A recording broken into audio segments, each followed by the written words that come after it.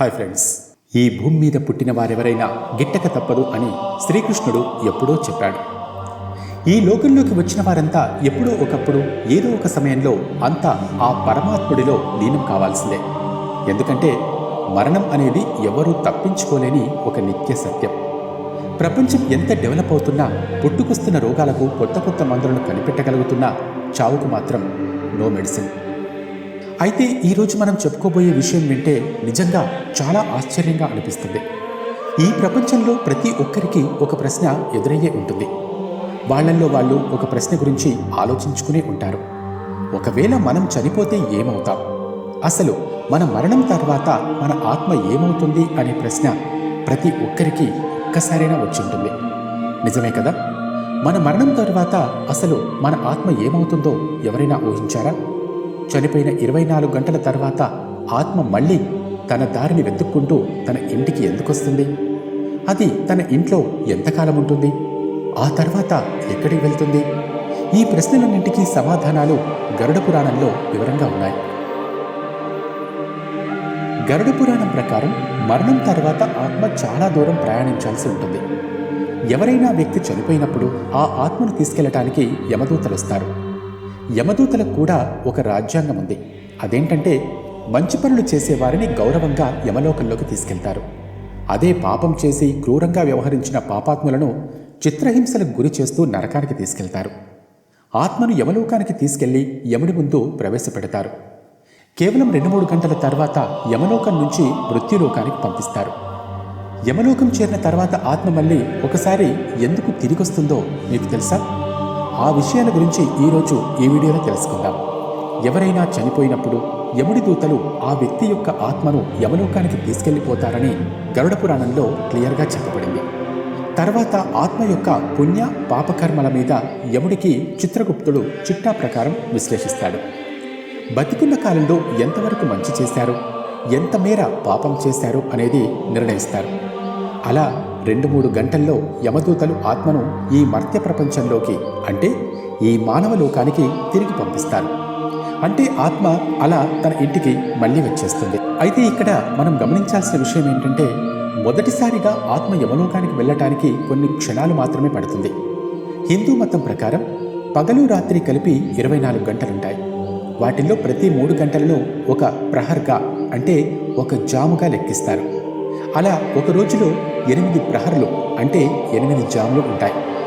అంటే మరణించిన వారి ఆత్మ యమలోకానికి వెళ్ళి ఒక్క రోజులోనే, అంటే 24 గంటల్లోపే తిరిగి వస్తుంది.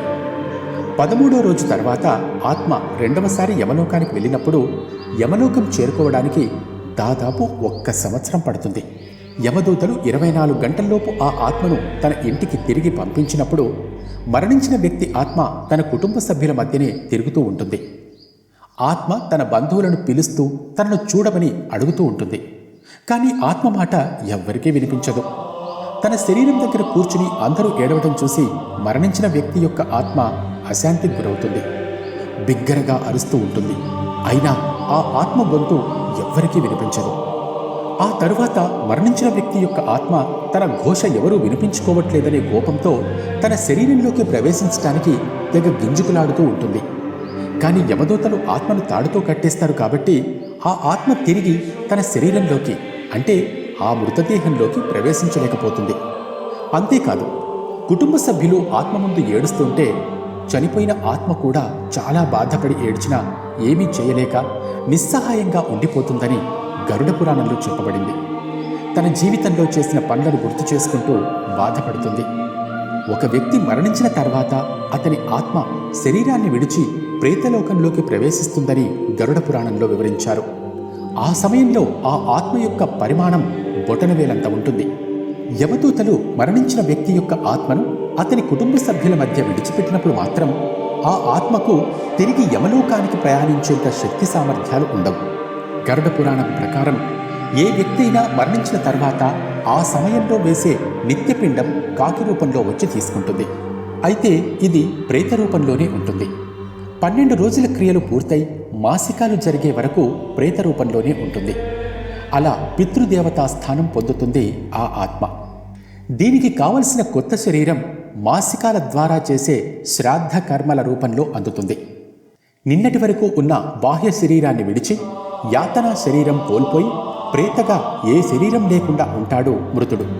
కాబట్టి మాసికాలలో కేవలం తనకు మాత్రమే ఉద్దేశించి వదిలే పిండాల ద్వారా కొత్త శరీరాన్ని తయారు చేసుకుంటారు.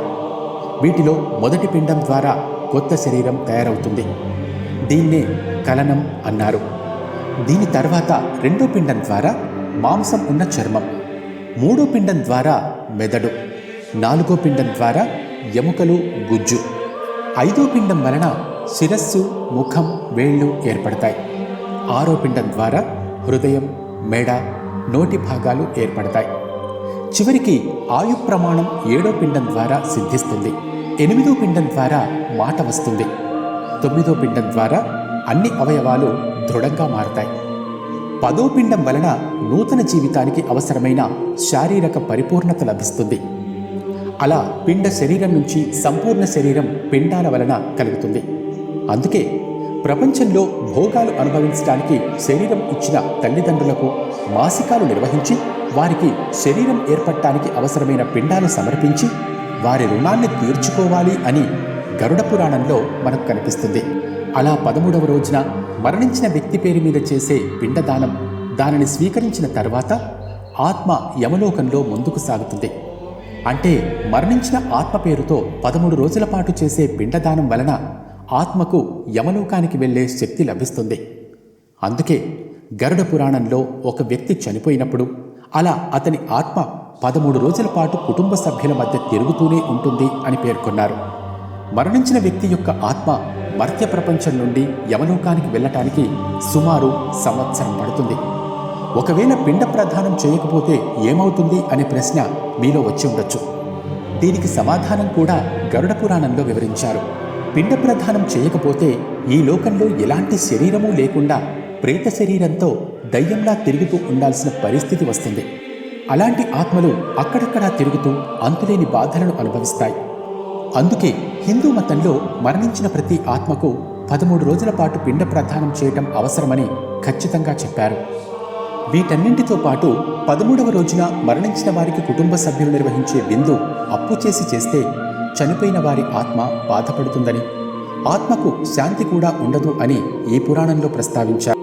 బతికున్నప్పుడు పుణ్యకార్యాలు చేసే వ్యక్తి మరణించిన 13 రోజుల తర్వాత యమదూత తనతో పాటు యమలోకానికి తీసుకెళ్తాడని, అలాంటి ఆత్మకు మరణం నుండి యమలోకానికి వెళ్లే మార్గంలో ఎలాంటి ఇబ్బందులు ఉండవని కూడా గరుడ పురాణంలో చెప్పబడింది. యమదూత తన జీవితకాలంలో చెడు పనులు చేసే వ్యక్తికి అన్ని రకాల హింసలను ఇస్తాడట. ఆ హింసలు భరించలేక యమదూతలను క్షమించమని పదే పదే అడుగుతూ ఉంటాడట. కానీ యమదూతలు అతన్ని క్షమించకుండా నరకం చూపిస్తారు కాబట్టే దాన్ని నరకలోకం అంటారని గరుడ పురాణంలో చెప్పారు. కానీ పుణ్యాత్ముడు యమలోకానికి చేరుకున్నప్పుడు యమరాజు ఆ ఆత్మను స్వర్గానికి పంపిస్తాడు. పాపం చేసిన ఆత్మను నరకానికి పంపిస్తాడు. చేసిన చెడు పనులకు శిక్షను పూర్తి చేసుకున్న తర్వాత అటువంటి ఆత్మను దిగువ ప్రపంచంలోని మృత్యులోకానికి పంపిస్తారు. ఇప్పుడు మీకు అర్థమయ్యే ఉంటుంది కదా, ఒక వ్యక్తి చనిపోయిన 24 గంటల తర్వాత ఆ వ్యక్తి యొక్క ఆత్మ తన ఇంటికి ఎందుకు తిరిగొస్తుందో అనే విషయం. మరి మీకు ఈ విషయాలు నచ్చినట్టయితే ఈ వీడియోను లైక్ చేయండి, షేర్ చేయండి, అలాగే సబ్స్క్రైబ్ చేయండి. Thanks for watching.